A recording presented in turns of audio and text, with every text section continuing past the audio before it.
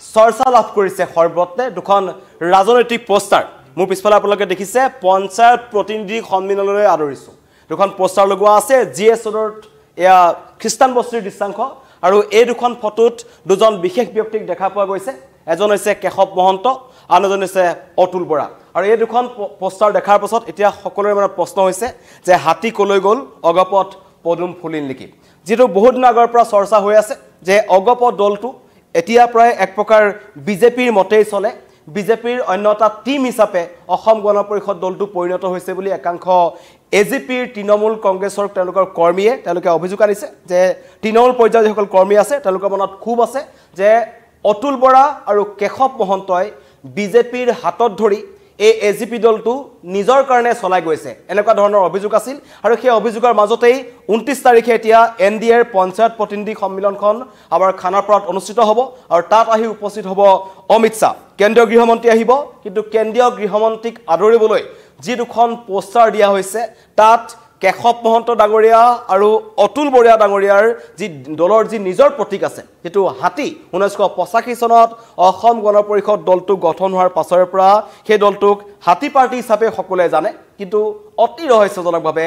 গুৱাহাটীৰ মাজমজিয়াত যি দুখন পোষ্টাৰ দিয়া হৈছে সেই দুখন পোষ্টাৰত কিন্তু তেওঁলোকৰ নিজৰ প্ৰতীক নাই আৰু তেওঁলোকৰ তাত এবাৰ যেন পদুম ফুলিছে কাৰণ সামাজিক মাধ্যমত এতিয়া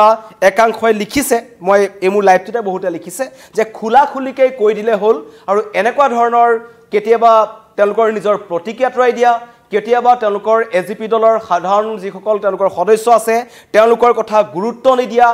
বিজেপিয়ে যেটো কয় হেতুকে এজিপিও কোৱা এনেকুৱা ধৰণৰ যিবোৰ মনোভাৱ বা কিছুমান ঘটনা দিনক দিনে সংগত হৈ আহিছে আৰু সেই কৰ্মকাণ্ডই পুৰণা যিসকল এজিপি কৰ্মী আছে তেওঁলোকৰ মাজত খুব তেওঁলোকৰ প্ৰকাশ পাইছে বিশেষকৈ আমগুৰি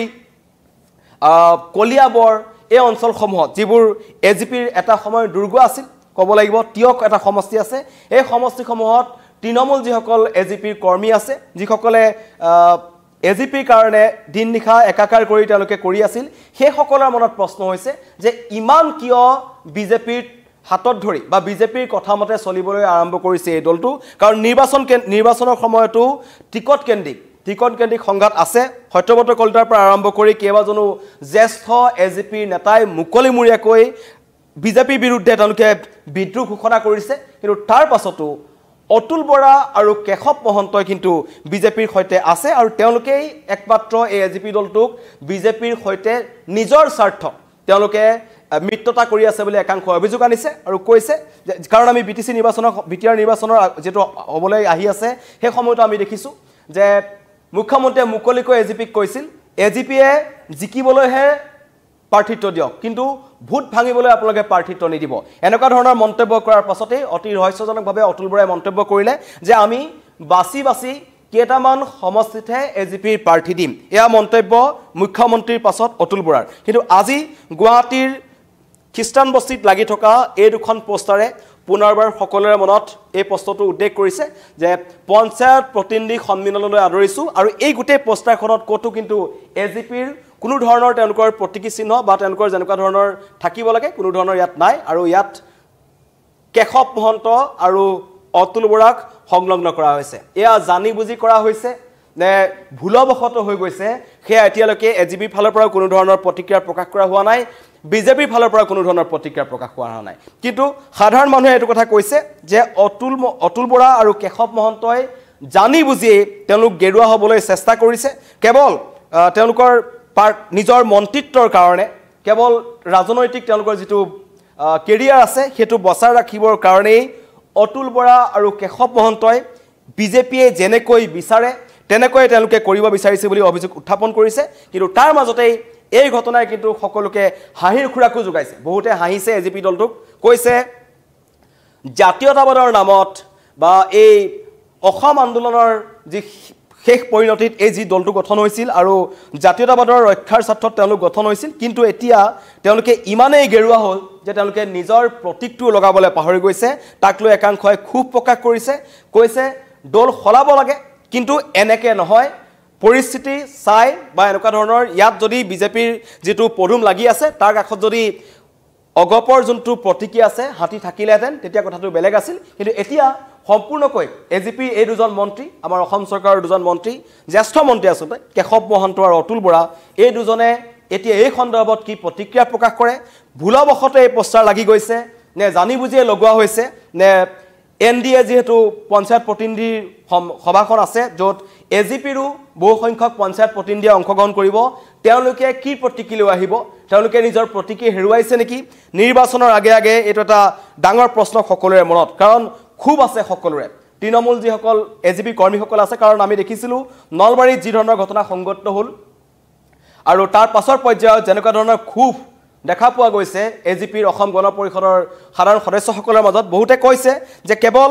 নিজৰ কাৰণে কেশৱ মহন্ত আৰু অতুল বৰাই এজিপি দলটোক ব্যৱহাৰ কৰি আহিছে বুলি মন্তব্য কৰিছিল লোকসভা ইলেকশ্যনৰ সময়তো আমি দেখিলোঁ বিধানসভা ইলেকশ্যনৰ সময়তো দেখিলোঁ টিকটক লৈ খোৱা কমৰা লাগিছে এজিপিয়ে য'ত টিকট লাগে বা সত্যব্ৰত কলিতা হওক বা অন্য যিসকল জ্যেষ্ঠ এজিপিৰ বিধায়ক আছে জ্যেষ্ঠ নেতাসকল আছে তেওঁলোকে কিন্তু মুকলিমূৰীয়াকৈ ইতিমধ্যে খুব তেওঁলোকে ক'বলৈ আৰম্ভ কৰিছে যে কেশৱ মহন্ত আৰু অতুল বৰাই কেৱল নিজৰ স্বাৰ্থত এজিপি দলটোক ব্যৱহাৰ কৰি আহিছে বুলি অভিযোগ উত্থাপন হৈছে আৰু তাৰ মাজতেই এইখন ফটো যে হাতী কলৈ গ'ল কাৰণ এই অসম গণ পৰিষদ দলটোৰ আটাইতকৈ এটা গুৰুত্বপূৰ্ণ যিটো প্ৰতীকী হাতী সকলোৱে জানে সমগ্ৰ অসমবাসীয়ে জানে সকলোৱে হাতী পাৰ্টি বুলিও কয় সেইকাৰণে এজিপি দলটোক কিন্তু সেই চিনাকি প্ৰতীকীটো নোহোৱাকৈ পদুম ফুলৰ প্ৰতীকীত এই দুজন মন্ত্ৰীক দেখা গৈছে আৰু ইয়াৰ পৰা এটা আওপকীয়াকৈ এটা মেছেজ গৈছে যে ক'ৰবাত নহয় ক'ৰবাত সঁচাকৈয়ে বিজেপিৰে অন্য এটা অংশ হৈ পৰিল নেকি অসম গণ পৰিষদ কাৰণ অসম গণ পৰিষদৰ লগত মিত্ৰতা আছিল মিত্ৰতা এনেকুৱা নহয় মিত্ৰতা মানে সকলো জলাঞ্জলি দিয়া নহয় কিন্তু সেইটো এটা ডাঙৰ কথা আৰু সেই কথা কোৱা হৈছিল যে মিত্ৰতা মানে জলাঞ্জলি দিয়া নহয় আৰু সেই কথা দুহাৰিও থাকে অতুল বৰা আৰু কেশৱ মহন্তই কিন্তু এইবাৰ গুৱাহাটীৰ মাজমজিয়াত লাগি থকা দুখন পোষ্টাৰে সঁচাকৈ আচলতে অসম গণ পৰিষদ দলটোৰ দুৰৱস্থাটোকে পুনৰবাৰ জানো উদঙাই দিছে কাৰণ তেওঁলোকৰ নিজৰ প্ৰতীক যিটো আছিল সেই প্ৰতীকটো তেওঁলোকৰ সেইখন পোষ্টাৰত নাই আৰু তেওঁলোকে এবাৰ পদুম ফুলত উঠিছে এইকাৰণে বহুতে লিখিছে যে মুকলিমূৰীয়াকৈ ক'ব লাগে যদি যাব বিচাৰিছে সঁচাকৈ যাব লাগে বহুতে লিখিছে হাতী নাই বেদনাত আমবাৰীয়ে বিনাই এনেকুৱা ধৰণৰ মন্তব্য কৰিছে ইয়াত আহিছে যে আমবাৰীক লৈ পেলাই এটা সময়ত এজন মুখ্যমন্ত্ৰীয়ে আমবাৰীৰ যিটো অসম গণ পৰিষদৰ তেওঁলোকৰ যিটো কাৰ্যালয় আছিল সেইটো বিবাহ ভৱনলৈ পৰিণত হ'ব বুলি মন্তব্য কৰিছিল ডক্টৰ হিমন্ত বিশ্ব শৰ্মাই কিন্তু আৰু পিছত যেতিয়া হিমন্ত বিশ্ব শৰ্মা তালৈ গৈছিল মুখ্যমন্ত্ৰী হোৱাৰ পিছত কেশৱ মহন্তই উচুপিছিল তেনেকুৱা ধৰণৰ ঘটনা আছে কিন্তু এইবাৰ সঁচাকৈয়ে আমবাৰীয়ে বিনাইছে কাৰণ চিনাকি হাতী নাই আৰু কোন দলৰ নেতা আচলতে বিজেপিৰ প্ৰতি এনে মৰমৰ আতিশয্য আৰু সমাগত নিৰ্বাচনৰ পূৰ্বে এই দৃশ্যই অগপৰ তৃণমূল কৰ্মীক বিভ্ৰান্ত আৰু ক্ষুণ্ণ নকৰিবনে এনেকুৱা ধৰণৰ প্ৰশ্ন উত্থাপন হৈছে এজিপিৰ দলক হেছটেগ কৰি বহুতে লিখিছে কাৰণ এই অসম গণ পৰিষদ দলটোৰ লগত কেৱল অতুল বৰা আৰু কেশৱ মহন্তই জড়িত নাই 1985 চনৰ পিছৰ পৰা বা তাৰ আগৰ যি অসম আন্দোলন হৈছিল সেই সময়ৰ পৰা অসম চুক্তি হোৱাৰ পিছৰ পৰা বহু ইতিহাস আছে এই দলটো সাক্ষী আৰু এই দলটোক মনে প্ৰাণে অসমৰ যিসকল খিলঞ্জীয়া লোক আছে সকলোৱে এই দলটোক সমৰ্থন কৰিছিল জাতীয়তাবাদী দল হিচাপে অসম গণ পৰিষদ দলটোক সমৰ্থন কৰিছিল কিন্তু সেই দলৰে দুজন অত্যন্ত গুৰুত্বপূৰ্ণ নেতা দুজন মন্ত্ৰী যি দুজনে বিজেপি চৰকাৰ হোৱাৰ পাছত সৰ্বানন্দ সোণোৱালৰ সময়তো তেওঁলোক মন্ত্ৰী আছিল এতিয়া হিমন্ত বিশ্ব শৰ্মাৰ সময়তো তেওঁলোক মন্ত্ৰী হৈ আছে কিন্তু মন্ত্ৰীৰ খক ইমানেই বৃদ্ধি পালেনে যে তেওঁলোকে নিজৰ প্ৰতীকটো তাত লগাবলৈ পাহৰিলে আৰু সেইকাৰণে কৈছে এতিয়া স্বাগতম আৰু যিহেতু তেওঁলোকে আদৰিছে পঞ্চায়ত প্ৰতিনিধি সন্মিলনলৈ অমিত শাহক আৰু তেওঁলোকৰ দলীয় কৰ্মকৰ্তাসকলক মাতিছে এতিয়া প্ৰশ্ন উত্থাপন হ'ব যে এই পঞ্চায়ত প্ৰতিনিধিৰ যিখন সভা অনুষ্ঠিত হ'ব য'ত অমিত শাহে অংশগ্ৰহণ কৰিব তাত এজিপি দলৰ পঞ্চায়ত প্ৰতিনিধিসকলো আহিব তেওঁলোকে